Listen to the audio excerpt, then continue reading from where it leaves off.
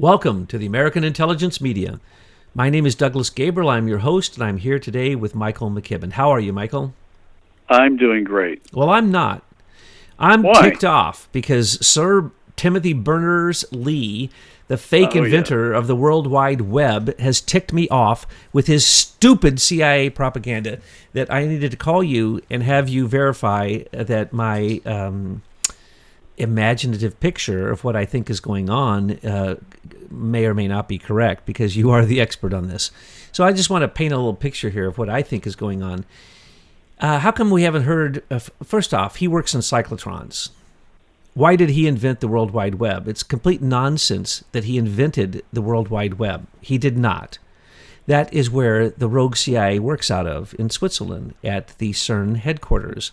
And it is the $5 trillion project, the largest amount of money ever spent on science, and yet we have absolutely zero to show from their research. As a matter of fact, the last time that they thought that they had cornered the God particle there at CERN in Switzerland, they found out that NSA, when they looked at it, said, the NSA and NASA both looked at the data and said it is absolute garbage. It is a fake. And Sir Timothy Lee did not invent the World Wide Web. That is a lie. And to now say that he, above a boxing gym, is working with a little company that's going to now change the internet overnight, to me that is a signal that Eric Schmidt is ready to go from Google to Alphabet and to put you in your digital prison, your dark profile that they've been creating for you. So I think Timothy Berners-Lee is a liar, and he's getting ready to now create the replacement for Google and the lie of the replacement of the internet, because he wants to say, first off, his lie that there was a World Wide Web. Remember the lie that went along with that? That there is no location that actually holds it. There's no wires that actually run it. It's all on the millions and millions of computers out there in the world, and they're all talking to each other, and nobody owns the lines, and nobody owns the internet, and there is no central place where there's any memory, and there are no central switches, and there's nothing. There's no routers. There's no nothing. It exists on your computer and all the millions of other computers. That was the lie they told us.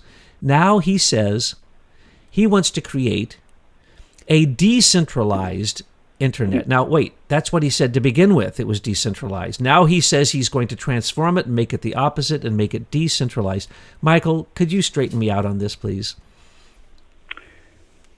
Okay, I hope as a human race we are ready to stop listening to these dog whistles.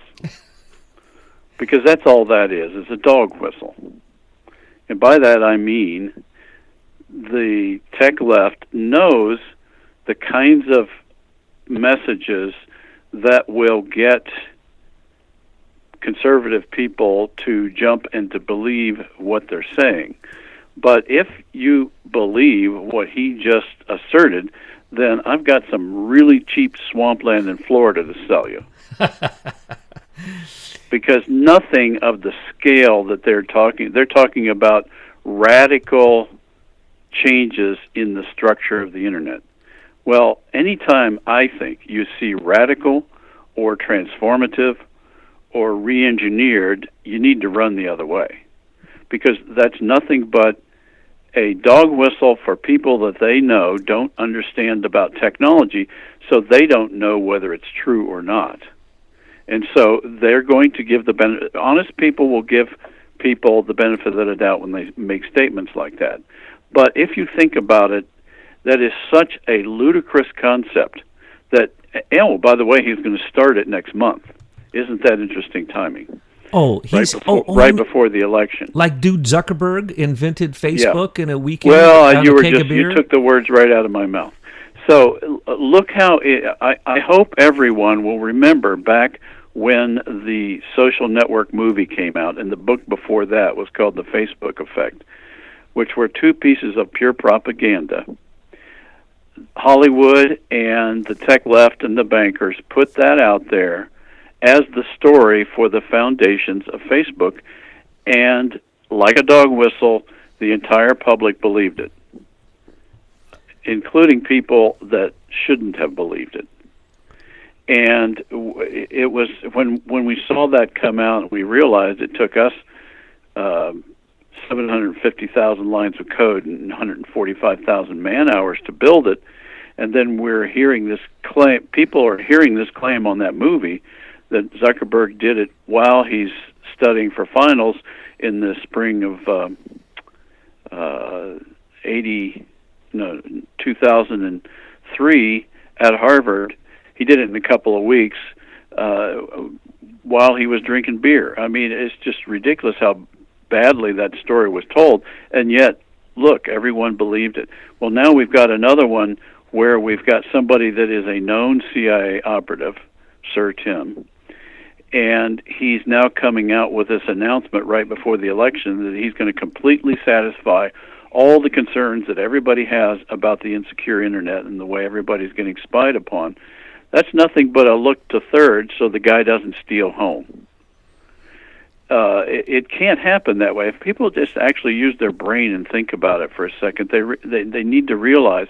Think about all of the cables and wires and satellites and software and hardware that has been used to build up this thing we call the internet over the last 20, 30, 40, 50 years, and recognize that nothing in that environment can be changed quickly. It's all sitting on top of what came before it.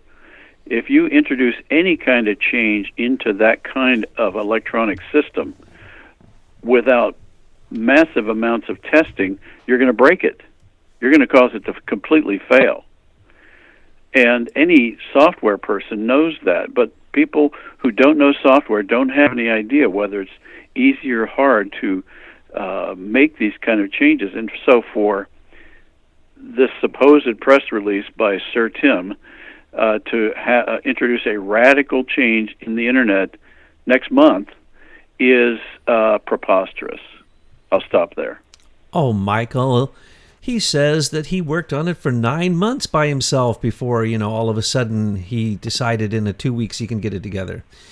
So what you're basically saying is my digital sniffing may be correct. This is probably the opposite of what he's saying it is?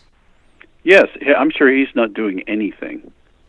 Because to do what he's saying that quickly by himself is a stupid notion.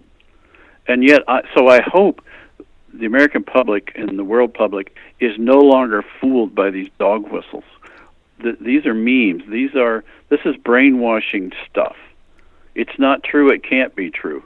Any engineer who would actually think about it would acknowledge that it can't be true. It's too difficult to build something of a global scale overnight.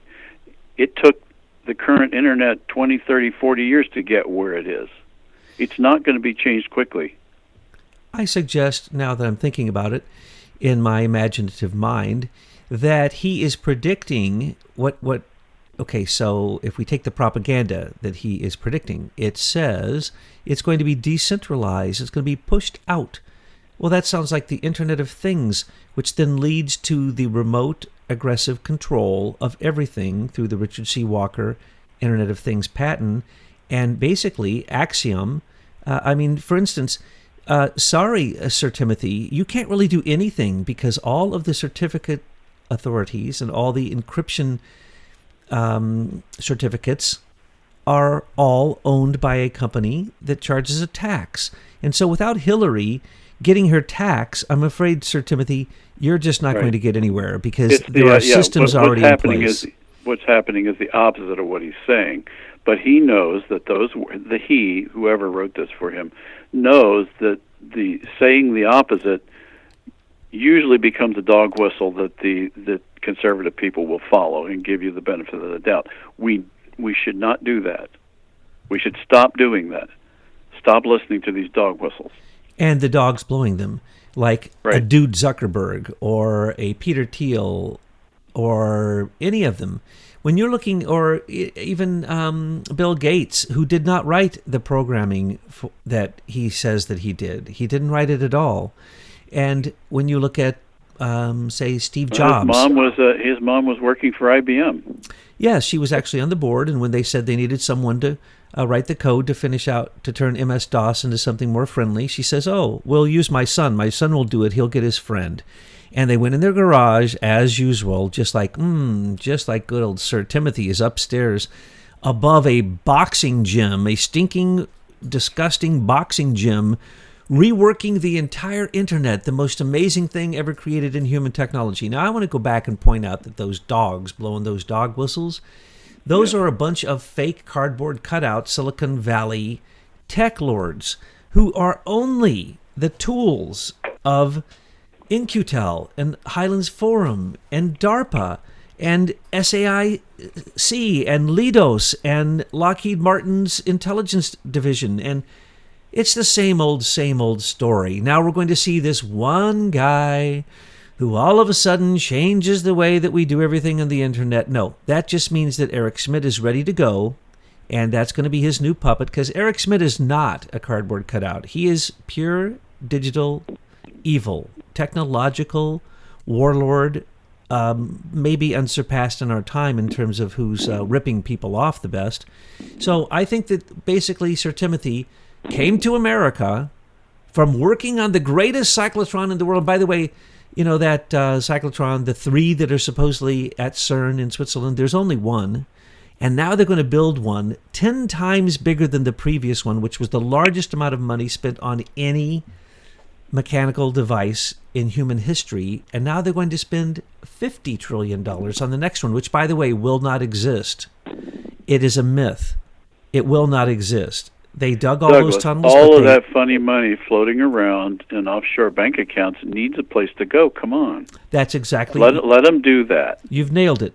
When Switzerland was busted for having their numbered accounts by America, and they no longer could keep them secret, they went to numbered gold bullion accounts, and now they keep it in the gold bullion vault right at the Zurich airport. But at the same time, as you say, they needed to slush that money around in offshore accounts and in hidden accounts and in tax-free accounts and tax shelters and tax havens, all illegal. And so what did they do? They poured the money into CERN, which has had absolutely... I want to qualify that.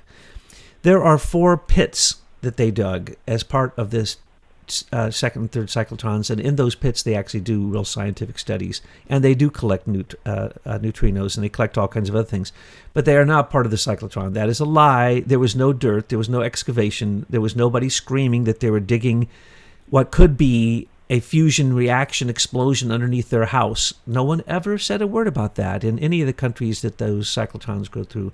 So Sir Timothy Berners-Lee, you are a liar.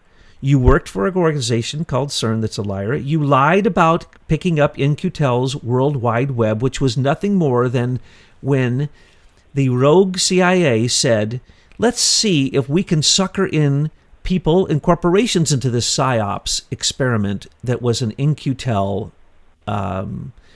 incubated private corporation that worked with government and U.S. taxpayer dollars to begin with, right? And so then what happens? When those companies get so big that their criminality is known, they're simply going to collapse. And overnight, a new company will take its place, like Google will collapse. $8 billion they had to pay in fines in the recent legal mess they were in Europe. Here in America, they got $2 billion in fines in Australia. They're going to go down. And when they go down, overnight, Eric Schmidt's new company is going to take its place, Alphabet. And Berners-Lee will take over the internet, who supposedly owns and runs the internet, which is all a lie anyway. We've pointed that out so many times. It's the U.S. taxpayers who owned the friggin' internet. 45% of it we paid for with our own taxes in subsidizing the companies that put these landlines in. So it's a complete myth that they think that we can't control China's connection to our internet. We can turn it off, folks. And China's Dragonfly, their experiment now to control everybody with a credit score system, it's already in America. And in another broadcast coming up, we're going to have Michael discuss that. That's right. That proof has just been been unearthed, and the Senate knew about it since 2013. So this is just another chance for them to tighten up that digital box they're putting you in, so that they're going to tell you, after they, of course, assess you, surveil you, target you and attack you, they're going to tell you what to think. They're going to tell you what to buy. They're going to tell you, sorry, your credit score isn't high enough. You've been talking to Thomas Paine in the ass of the globalists, and therefore your credit score lost 5,000 points, and now you can't even, we took some money out of your bank account. We hope you don't mind, because when we ripped off all of these companies like Experian and Equifax, and when we ripped off all the data from the government, they put it into one system. And that system is the same type of system that they're using in China now to completely control them through digital totalitarianism. So, Sir Timothy Berners-Lee, we don't believe you. You need a better story.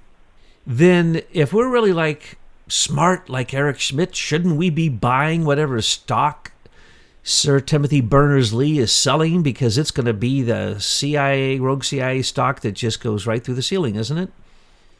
Well, these PR people really know how to get people's juices going, and that's the only thing that's happening right now. So, yeah, if you like investing based on your juices, then invest in it.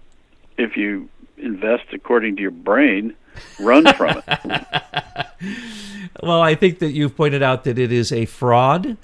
So much ridiculous. Like everything else that has been connected to this fake, fraud, phony, fallacious fool who is probably British if he's Sir. So why is a Brit over here inventing something that's going to take over our internet, and then he says that he controls where it's going to be decentralized to? Well, hello. First off, you can't do that. Second off, that sounds like a form of digital fascism, if I'm not mistaken, and kind of makes President Xi of China look like a lightweight when it comes to totalitarian digital control of people. So, Sir Timothy, we don't believe you, and we're not going to use your new system. So, thanks a lot, but we see that it's a false flag, and we're not going there.